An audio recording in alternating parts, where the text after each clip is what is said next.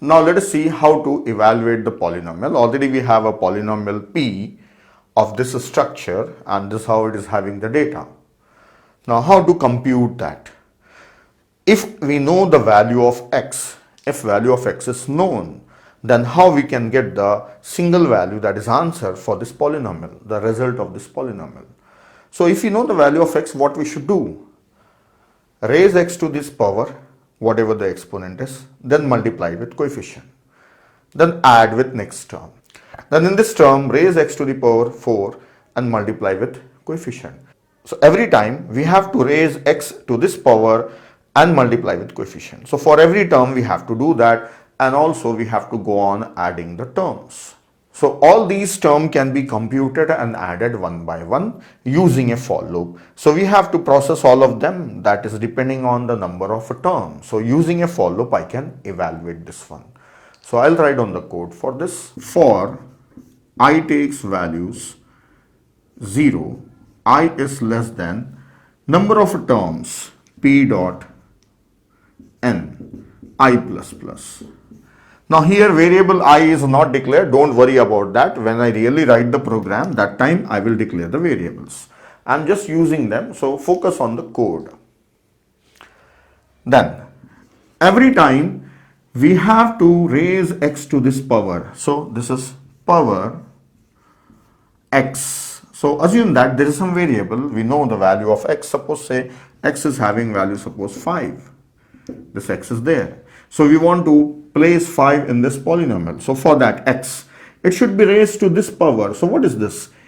P dot t of 0. So p dot t of, instead of 0, I will write I, so that I can access all of them one by one.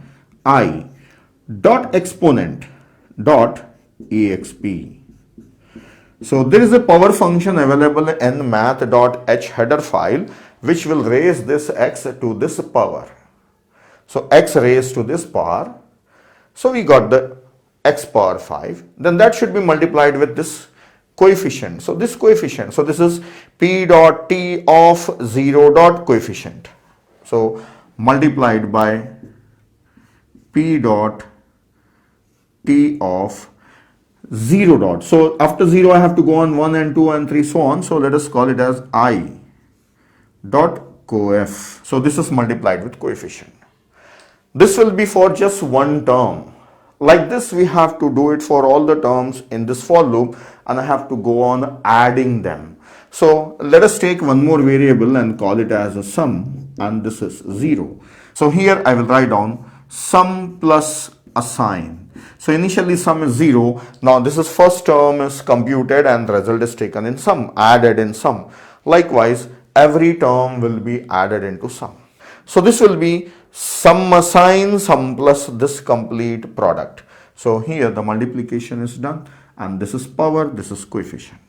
So with this we'll get the result in sum. Now result is in sum, return result. If it is a function, then return sum. So using a for loop, each term can be evaluated and added. So this is how evaluation can be done. This we will be using inside a function. When I write a program, that time you get the clear picture. Just I am doing explanation here. So that's all about evaluation. Now our next topic is addition of two polynomials. So I will take two example polynomials and I will have this representation ready. Then I will show how two polynomials can be added together.